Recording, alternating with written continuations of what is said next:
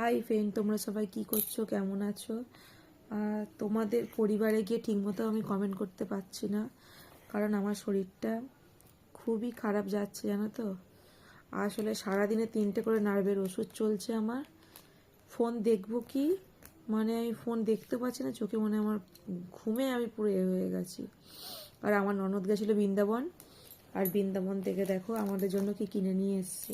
এই দেখো, সুন্দর একটা কার্পেট কম্বল আসন বলা যেগুলোকে তোমরা, দেখো খুব সুন্দর। দেখো বৃন্দাবনের কাজ তো, এই দেখো খুব সুন্দর বৃন্দাবনের কাজ না? আমার তো খুব পছন্দ হয়েছে। আমার একমাত্র ননদ আগেবারে গেছিলো, ব্যাগ কিনে এনেছিল, এবারে গিয়ে খুব সুন্দর গিফট করেছে দেখো।